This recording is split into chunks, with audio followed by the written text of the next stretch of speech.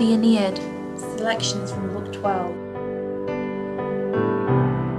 We'll go through each page, text, style, vocab and grammar.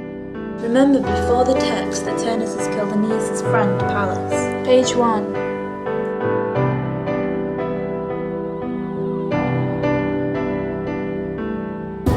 But the father Aeneas, having heard the name of Turnus, ceases to attack both the walls and the top of the citadel.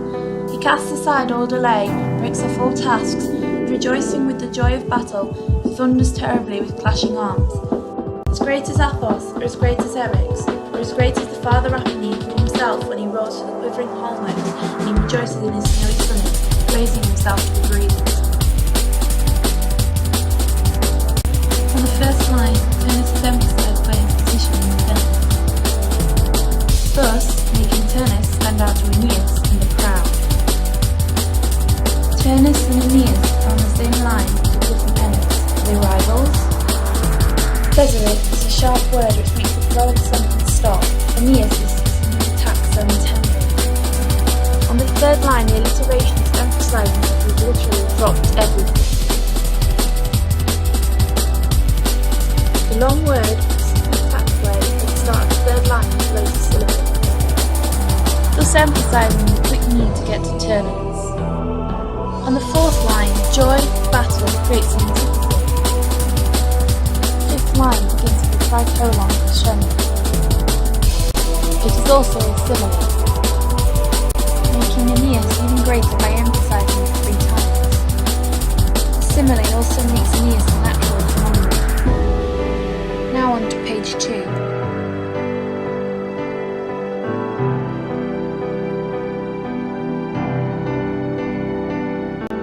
Now truly, the Attilians, the Trojans, and all of the Italians turn their eyes towards them eagerly, both those who are holding the high walls and those who are beating the bottom of the walls with a battering ram, and they put down their arms from their shoulders. Latinus himself is amazed at these 2 huge men, born from different parts of the world, who have come together to meet one another and are fighting it out with swords.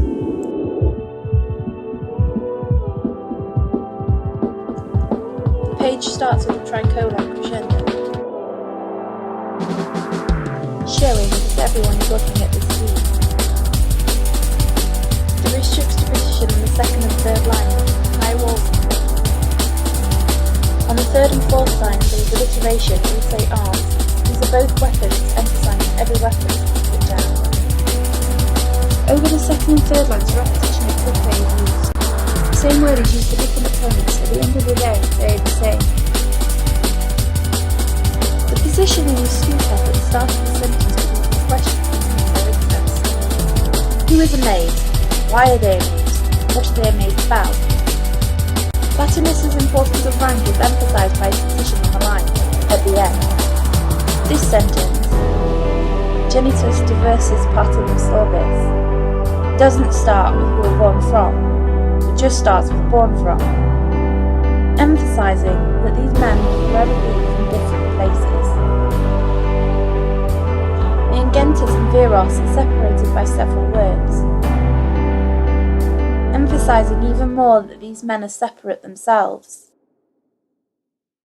The last few lines of this page is an indirect statement or reported speech, as to not take the reader's focus away from the main battle, so it separates Latinus from the main plotline. We've now arrived at page 3.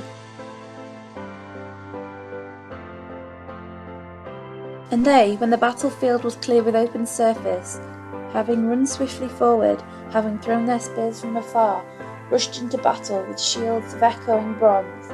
The earth groans, then they redouble the frequent blows from swords. Chance and virtue are mingled together in one.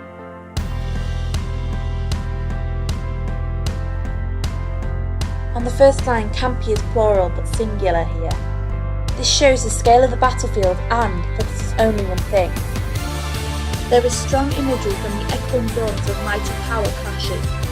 Instead of using the word for battle, Martin is used. This gives the battle personification.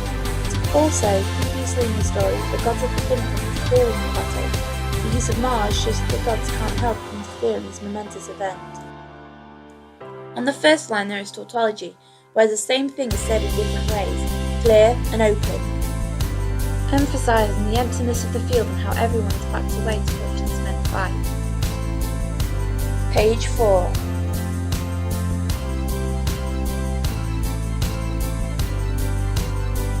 And just as when two huge bulls in hostile Scylla, driven off from the burners, they charge into battle with opposing ranks, the panic-stricken herdsmen retreat. The herd stands, all done with fear. The calves stand, wondering which one of the two will rule, whom the whole herd will follow.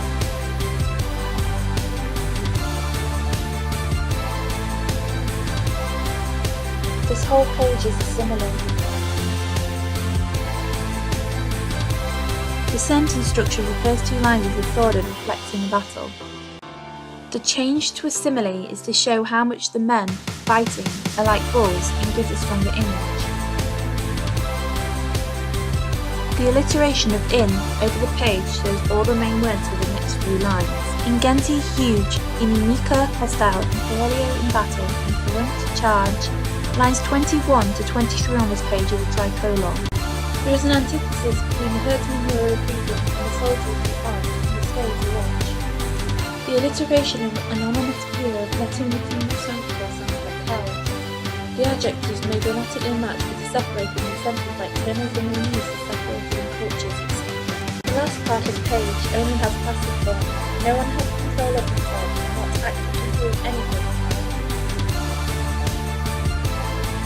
Page 5.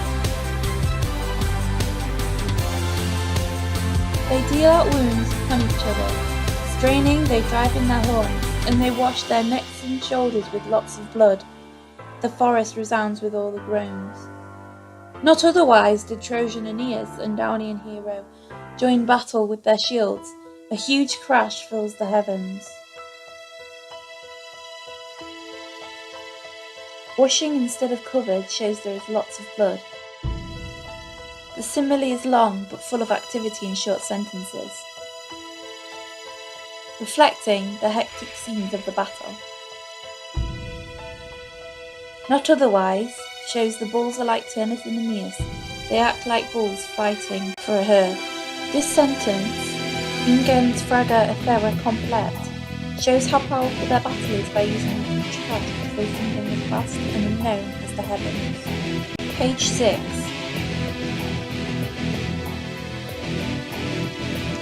Jupiter himself holds up a pair of scales in equal balance, and puts on them the different fates of the two men, to decide whom the struggle will do, and with whose way death will sit down.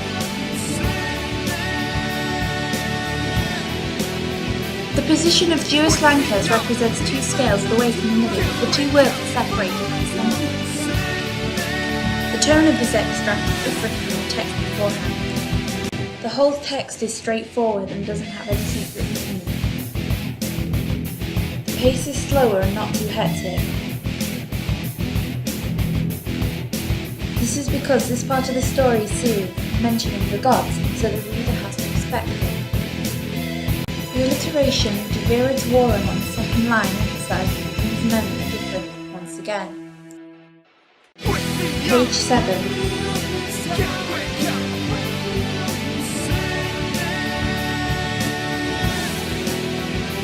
Turnus starts forward, thinking it's safe to do so, and rising to his full height behind his sword and spurs. The Trojan and the anxious Latin shout out, and the battle lines of both of these two men are roused with excitement. But the treacherous sword was broken and failed to leave a Turnus in the middle of the strife. If Blood did not come to his aid, he would be killed. He flees swifter than Eurus when he looked at the unfamiliar circle and hung on for it now.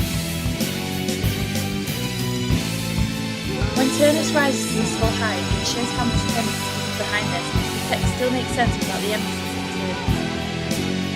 The alliteration of A on the third line emphasises that both battle lines are aroused with excitement, not just the use of them. There is an excessive use of adjectives. This makes the passage more vivid, giving a specific image and showing how important this part of the story is. On lines 3 and 4 there is a tricolon to emphasise that everyone on both sides is on page 6 we weren't told his earlier giving them his skills. But then the text goes straight into talking about Turnus, making it seem Venice is the doomed one. Thinking it safe immediately seems that it isn't safe.